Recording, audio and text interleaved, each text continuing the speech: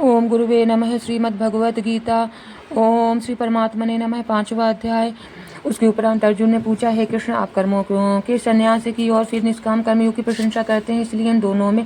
एक जो निश्चय किया हुआ कल्याणकारक हो वे उसको मेरे लिए कहिए। इस प्रकार अर्जुन के पूछने पर श्री कृष्ण महाराज बोले, हे अर्जुन, कर्मों का संन्यास अर्थात मन, इंद्रियों और शरीर द्वारा होने वाले संपूर्ण कर्मों में कर्तापन का त्याग और निष्काम कर्म योग अर्थात समत बुद्धि से भगवदार्थ कर्मों का करना, ये दोनों ही परम कल्याण के करने वाले हैं। परंतु उन दोनों में भी कर्मों के संन्यास से निष्काम कर्म योग साधन में सुगम होने से श्रेष्ठ इसलिए है अर्जुन, जो पुरुष न किसी से द्वेष करता है और न किसी की आकांक्षा करता है वह निष्काम कर्मयोगी सदा सन्यासी समझने योग्य है, क्योंकि राग द्वेष आदि द्वंद्वों से रहित हुआ पुरुष सुखपूर्वक संसार रूप बंधन से मुक्त हो जाता है। अर्जुन, ऊपर कहे हुए संन्यास और निष्काम कर्मयोग को मूर्ख लोग अलग अलग फल वाले कहते हैं, ना कि पंडितजन, क्योंकि दोनों में से एक में भी अच्छी प्रकार स्थित हुआ पुरुष दोनों के फल रूप परमात्मा को प्राप्त होता है। ज्ञान योगियों द्वारा जो परम धाम प्राप्त किया जाता है, निष्काम कर्मयोगियों द्वारा भी वही प्राप्त किया जाता है। इसलिए जो पुरुष ज्ञान योग और निष्काम कर्मयोग को फल रूप से देखता है वही ही यथार्थ देखता है। परंतु हे अर्जुन, निष्काम कर्मयोग के बिना संन्यास अर्थात मन, इंद्रियों और शरीर द्वारा होने वाले संपूर्ण कर्मों में कर्तापन के त्याग प्राप्त होना कठिन है, और भगवत स्वरूप को मनन करने वाला निष्काम कर्मयोगी परब्रह्म परमात्मा को शीघ्र ही प्राप्त हो जाता है। वश में किया हुआ है शरीर जिसके ऐसा जितेंद्रिय और विशुद्ध अंतःकरण वाला है, एवं संपूर्ण प्राणियों के आत्मा रूप परमात्मा में की भाव हुआ निष्काम कर्मयोगी कर्म करता हुआ भी लिपायमान नहीं होता है। अर्जुन, तत्व को जानने वाला सांख्य योगी तो देखता हुआ, सुनता हुआ, स्पर्श करता हुआ, सूंघता हुआ, भोजन करता हुआ, गमन करता हुआ, सोता हुआ, श्वास लेता हुआ, बोलता हुआ, त्यागता हुआ, ग्रहण करता हुआ तथा आंखों को खोलता और मिचता हुआ भी सब इंद्रियां अपने अपने अर्थों में बरत रही, इसी प्रकार समझता हुआ निस्संदेह ऐसे माने कि मैं कुछ भी नहीं करता हूँ। परंतु हे अर्जुन, देहाभिमानियों द्वारा यह साधन होना कठिन है और निष्काम कर्म योग सुगम है, क्योंकि जो पुरुष सब कर्मों को परमात्मा में अर्पण करके और आसक्ति को त्याग कर कर्म करता है वह पुरुष जल के, कमल के पत्ते के सदृश पाप से लिपायमान नहीं होता है। इसलिए निष्काम कर्म योगी ममत्व बुद्धि रहित केवल इंद्रिय, मन और बुद्धि और शरीर द्वारा भी आसक्ति को त्याग अंतःकरण की शुद्धि के लिए कर्म करते हैं। इसी से निष्काम कर्म योगी कर्मों के फल को परमेश्वर के अर्पण करके भगवत प्राप्ति रूप शांति को प्राप्त होता है, और सकामी पुरुष फल में आसक्ति हुआ कामना के द्वारा बंधता है। इसलिए निष्काम कर्म योग उत्तम है। अर्जुन, वश में है अंतःकरण जिसके ऐसा सांख्य योग का आचरण करने वाला पुरुष तो निसंदेह न करता हुआ और न करवाता हुआ 9 द्वारों वाले शरीर रूप घर में सब कर्मों को मन से त्याग अर्थात इंद्रियों के अर्थों में बरतती है, ऐसा मानता हुआ आनंद पूर्वक सच्चिदानंद घन परमात्मा के स्वरूप में स्थित रहता है। परमेश्वर भी भूत प्राणियों के भी कर्तापन को और न कर्मों को तथा न कर्मों के फल के संयोग को वास्तव में रचता है, परंतु परमात्मा के सकाश से प्रकृति ही बरतती है, अर्थात गुण ही गुणों में बरत रहे हैं। सर्वव्यापी परमात्मा न किसी के पाप कर्म को और न किसी के शुभ कर्म को भी ग्रहण करता है, परंतु माया के द्वारा ज्ञान ढका हुआ हिस्से से वह सब जीव मोहित हो रहे हैं। परंतु जिनका वह अंतःकरण अज्ञान आत्मज्ञान द्वारा नाश हो गया है, अर्थात वह ज्ञान सूर्य के सदृश उस सच्चिदानंद घन परमात्मा को प्रकाशता है, अर्थात परमात्मा के स्वरूप को साक्षात्कार आता है। अर्जुन, तद्रूप है बुद्धि जिनकी तथा तद्रूप है मन जिनका, और उस सच्चिदानंद घन परमात्मा में ही है निरंतर एक ही भाव से स्थिति जिनकी, ऐसे तत्परण पुरुष ज्ञान के द्वारा पाप रहित हुए आप पुनरावृत्ति को अर्थात परम गति को प्राप्त होते हैं। ऐसे वैज्ञानिक जन विद्या और विनय युक्त ब्राह्मण में तथा गौ, हाथी, कुत्ते और चांडाल में भी संभाव से देखने वाले ही होते। इसलिए जिनका मन समत भाव में स्थित है, जो उनके द्वारा इसे जीवित अवस्था में ही संपूर्ण संसार जीत लिया गया, अर्थात वे जीते हुए ही संसार से मुक्त है, क्योंकि सच्चिदानंद घन परमात्मा निर्दोष और समय इससे वे सच्चिदानंद घन परमात्मा में ही स्थित है। जो पुरुष प्रिय हो अर्थात जिसको लोग प्रिय समझते हैं उसको प्राप्त होकर हर्षित नहीं हो, और जिसको अप्रिय अर्थात जिसको लोग अप्रिय समझते उसको प्राप्त होकर उद्वेगवान न हो, ऐसे स्थिर बुद्धि संशय रहित ब्रह्मवेत्ता पुरुष सच्चिदानंद घन परब्रह्म परमात्मा में एक ही भाव से स्थित नित्य स्थित है। बाहर के विषयों में अर्थात संसारिक भोगों में आसक्ति रहित अंतःकरण वाला पुरुष अंतःकरण में जो भगवत ध्यान जनित आनंद है उसको प्राप्त होता है, और वह पुरुष सच्चिदानंद घन परब्रह्म परमात्मा रूप योग में एक ही भाव से स्थित हुआ अच्छे आनंद को अनुभव करता है। जो यह इंद्रिय और विषयों के संयोग से उत्पन्न होने वाले सब भोग वे यद्यपि विषय पुरुषों को सुख रूप भासते हैं, तो भी निसंदेह है दुख के ही हेतु है और आदि अंत अर्थात अनित्य है। इसलिए हे अर्जुन, बुद्धिमान विवेकी पुरुष उनमें नहीं रमता जो मनुष्य शरीर के नाश होने के पहले ही काम और क्रोध से उत्पन्न हुए वेग को सहन करने में समर्थ है। अर्थात काम क्रोध को जिसने सदा के लिए जीत लिया वह मनुष्य से लोक में योगी है और वही सुखी है। जो पुरुष निश्चय करके अंतरात्मा में ही सुख वाला है और आत्मा में ही आराम वाला है तथा जो आत्मा में ही ज्ञान वाला है, ऐसा वह सच्चिदानंद घन परब्रह्म परमात्मा के साथ एक हुआ हुआ सांख्य योगी शांत ब्रह्म को प्राप्त होता है। नाश हो गए हैं सब पाप जिनके तथा ज्ञान करके निवृत्त हो गया है संशय जिनका और सब भूत प्राणियों के हित में है। रति जिनकी ही एकाग्र हुआ है भगवान के ध्यान में चित्त जिनका, ऐसे ब्रह्म वेत्ता पुरुष शांत पर ब्रह्म को प्राप्त होते हैं। काम क्रोध से रहित जीते हुए चित्त वाले परब्रह्म परमात्मा का साक्षात्कार किए हुए ज्ञानी पुरुषों के लिए सब ओर से शांति परब्रह्म परमात्मा ही प्राप्त है। अर्जुन, बाहर के विषय भोगों को न चिंतन करता हुआ बाहरी त्याग करो, नेत्रों की दृष्टि को भ्रुकुटी के बीच में स्थित करके तथा नासिका के बीच में विचरने वाले प्राण और पान वायु को सम करके जीती हुई है इंद्रिया मन और बुद्धि जिसकी, ऐसे जो मोक्ष परायण मुनि इच्छा भय और क्रोध से रहित हुए सदा मुक्त ही है। और हे अर्जुन, मेरा भक्त मेरे को यज्ञ और तपों का भोगने वाला और संपूर्ण लोकों के ईश्वरों का भी ईश्वर तथा संपूर्ण भूत प्राणियों का श्रेय अर्थात स्वार्थ रहित प्रेमी ऐसा तत्व से समझकर शांति को प्राप्त होता है और सच्चिदानंद घन परिपूर्ण शांत ब्रह्म के सिवा उसकी दृष्टि में और कुछ भी नहीं रहता, केवल वासुदेव ही वासुदेव रह जाता है। हरि ओम तत्सत। ओम तत्सदिति श्रीमद्भगवद्गीता उपनिषत्सु ब्रह्म विद्यायां योग शास्त्र श्री कृष्ण अर्जुन संवादे कर्म संन्यास योगो नाम पंचमो अध्यायः। हरि ओम तत्सत। हरि ओम तत्सत। हरि ओम तत्सत। श्री कृष्णार्पणमस्तु। ओम श्री परमात्मने नमः। छठा अध्याय। उसके उपरांत श्री कृष्ण महाराज बोले, हे अर्जुन, जो पुरुष कर्म के फल को न चाहता हुआ करने योग्य कर्म करता है वह सन्यासी और योगी है और केवल अग्नि को त्यागने वाला सन्यासी योगी नहीं है तथा केवल क्रियाओं को त्यागने वाला भी सन्यासी योगी नहीं है। इसलिए हे अर्जुन, जिसको सन्यास ऐसा कहते हैं उसी को तू योग जान,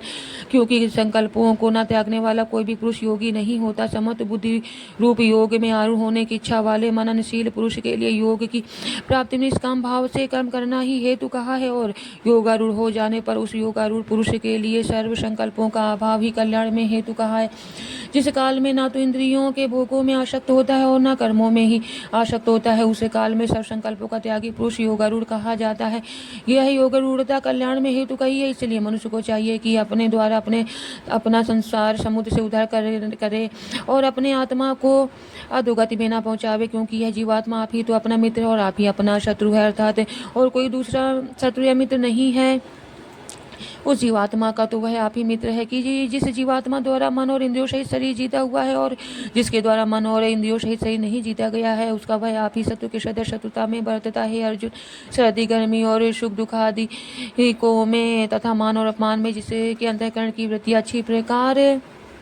शांत है अर्थात विकार रहित है, ऐसे स्वाधीन आत्मा वाले पुरुष के ज्ञान में सच्चिदानंद घन परमात्मा सम्यक प्रकार से स्थित है, अर्थात उसके ज्ञान में परमात्मा के सिवा ने कुछ है ही नहीं। ज्ञान विज्ञान से तृप्त है अंतःकरण जिसका तथा विकार रहित है, स्थिति जिसकी और अच्छी प्रकार जीती हुई है, इंद्रिया जिसकी तथा समान है, मिट्टी पत्थर और सुवर्ण जिसके, वह योगी युक्त अर्थात भगवत की प्राप्ति वाला है। ऐसा कहा जाता है जो पुरुष सुहृद मित्र वैरी उदासीन मध्यस्थ द्वेषी और बंधुगणों में तथा धर्मात्माओं में और पापियों में भी समान भाव वाला है, वह अति श्रेष्ठ है। इसलिए उचित है कि जिसका मन और इंद्रियों सहित सही जीता हुआ है, ऐसा वासना रहित और संग्रह रहित योगी अकेला ही एकांत में स्थान में स्थित हुआ निरंतर आत्मा को परमेश्वर के ध्यान में लगावे। शुद्ध भूमि में कुछ अमृतशाला और वस्त्र है उपरोपरि जिसके, ऐसे अपने आसन को नाती ऊंचा और नाती नीचा स्थिति स्थापन करके और उस आसन पर बैठकर तथा मन को एकाग्र करके चित्त और इंद्रियों की क्रियाओं को वश में किया हुए अंतःकरण की शुद्धि के लिए योग का अभ्यास करे। उसकी विधि से प्रकार है कि काया सिर और ग्रीवा को समान और अचल धारण किए हुए दृढ़ होकर अपनी नासिका के अग्रभाग को देख कर अन्य दिशाओं को न देखता हुआ और ब्रह्मचर्य के व्रत में स्थित रहता हुआ भय रहित तथा अच्छी प्रकार शांत अंतःकरण वाला और सावधान होकर मन को अच्छी प्रकार शांत करने वाला और सावधान होकर मन को वश में करके मेरे में लगे हुए चित्त वाला और मेरे प्राण हुआ स्थित होवे। इस प्रकार आत्मा को निरंतर परमेश्वर के स्वरूप में लगाता हुआ स्वाधीन मन वाला योगी मेरे में स्थित परमानंद पराकाष्ठ वाली